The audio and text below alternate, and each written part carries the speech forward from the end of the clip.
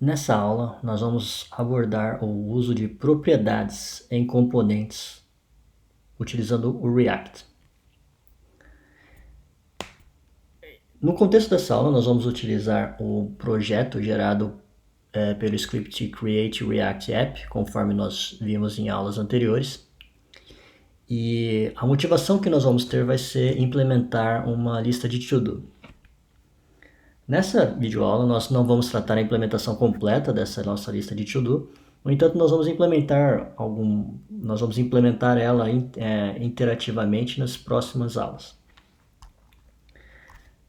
Então, dando início para o nosso projeto, nesse primeiro momento, o que eu gostaria de mostrar para vocês, para abordarmos o tópico de propriedades dos componentes React, vai ser, nós vamos instanciar um novo componente dentro do componente raiz de um projeto gerado utilizando o script Create React App. E esse componente eu vou chamar ele de To-Do List. Para que esse nosso componente To-Do List ele funcione, a princípio, eu preciso importar ele utilizando o sistema de controle de dependências do nosso projeto. Então eu vou recuperar ele dentro de um arquivo chamado To-Do List. Esse arquivo To-Do List eu vou criar ele aqui imediatamente na mesma pasta do nosso componente app, só para ilustrar ele para vocês.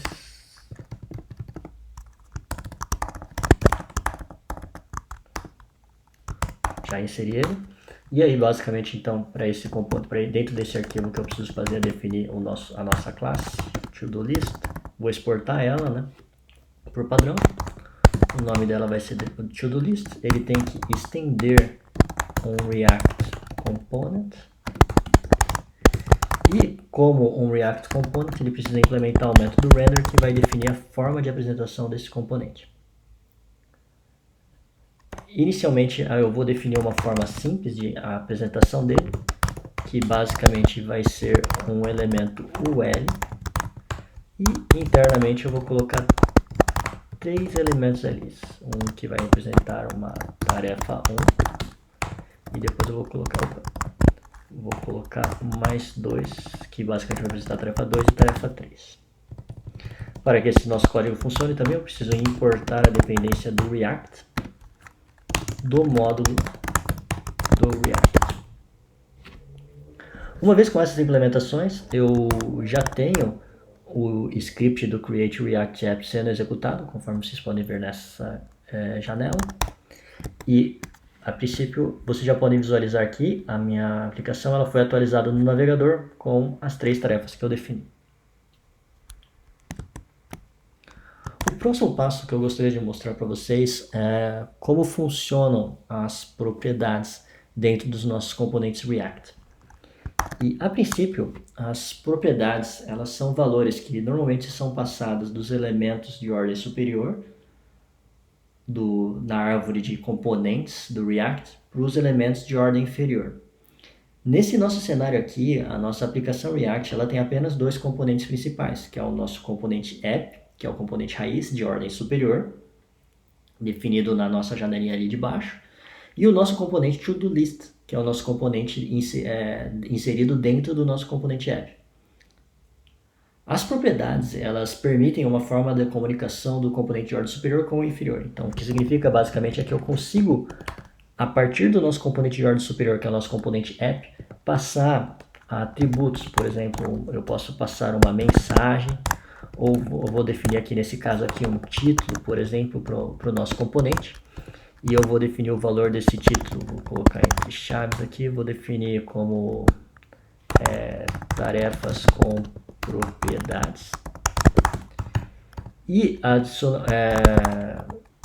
esse valor que eu passo aqui, basicamente, ele é um valor que ele pode ser recuperado dentro do nosso componente. Só para ilustrar para vocês o uso disso, eu vou fazer um console log e nós vamos fazer o console log em cima das propriedades do nosso componente, que podem ser recuperados a partir do atributo props dessa nossa classe to-do list. Então, só para visualizar o que acontece. Então, a princípio, visualmente a nossa aplicação ela não teve nenhuma alteração. No entanto, se eu observar dentro do inspetor, eu consigo ver mensagens de log E nas mensagens log vocês podem visualizar que dentro do nosso componente to-do list, agora nós temos uma propriedade chamada título. As propriedades, elas são valores que são passados do nosso componente app, nesse caso aqui, para o nosso componente to-do list. E eu coloquei a princípio aqui um título, mas eu poderia colocar qualquer outra propriedade que ela também seria passada para o nosso componente. Então aqui eu coloquei uma propriedade qualquer aqui, só para ilustrar para vocês. E se vocês observarem aqui, o nosso console log ele já foi atualizado com o valor que nós passamos de propriedade.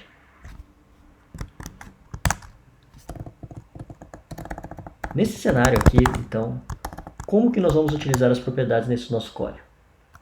Nesse primeiro momento, eu vou tentar estabelecer uma estrutura um pouquinho mais complicada para o nosso componente, que ele vai ser um div, eu vou definir uma classe para ele e eu vou colocar que o nome dele vai ser todo.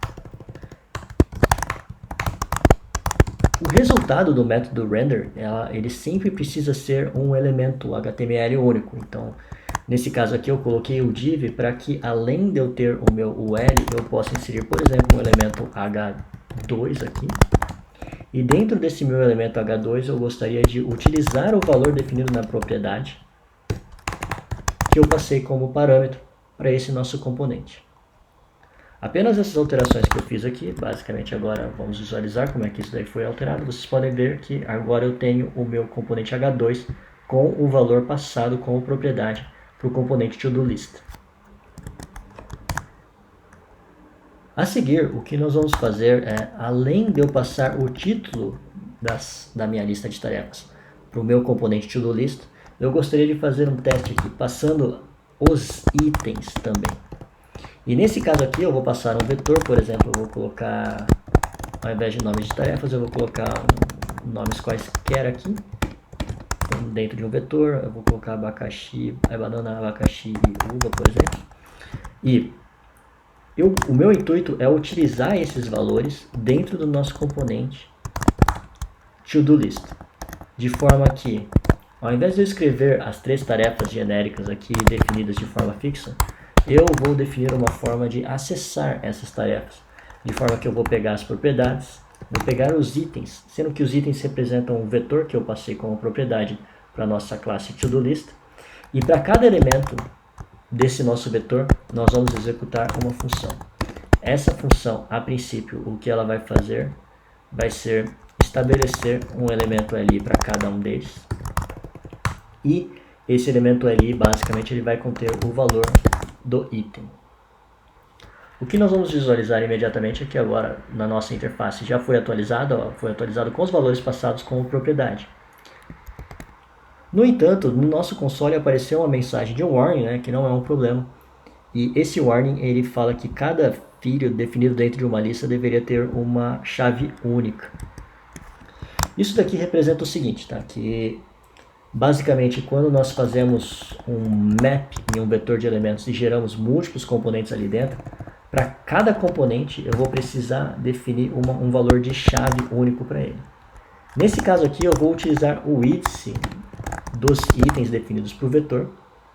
E aí então basicamente eu só alterei aqui com esse valor de chave, né, dentro do meu LI com o valor do índice, que é um valor único entre eles. E basicamente agora vocês podem visualizar que a minha mensagem de warning não existe mais e o nosso componente aqui está sendo ilustrado. Esse exemplo de código basicamente tinha como intuito mostrar para vocês como funciona a passagem de propriedades dos componentes de ordem superior, o nosso componente app, para os componentes de ordem inferior, como o exemplo to-do list, né, sendo que eu tenho só 2 componentes. Um detalhe a ser destacado no uso de propriedades é que as propriedades elas não podem ser alteradas pelo elemento de ordem inferior. Apenas elas só podem ser alteradas no momento que elas são passadas como parâmetro para o elemento de ordem inferior. Então, um conceito interessante de se entender das propriedades é que elas tratam-se de valores de leitura apenas para o nosso componente to-do list.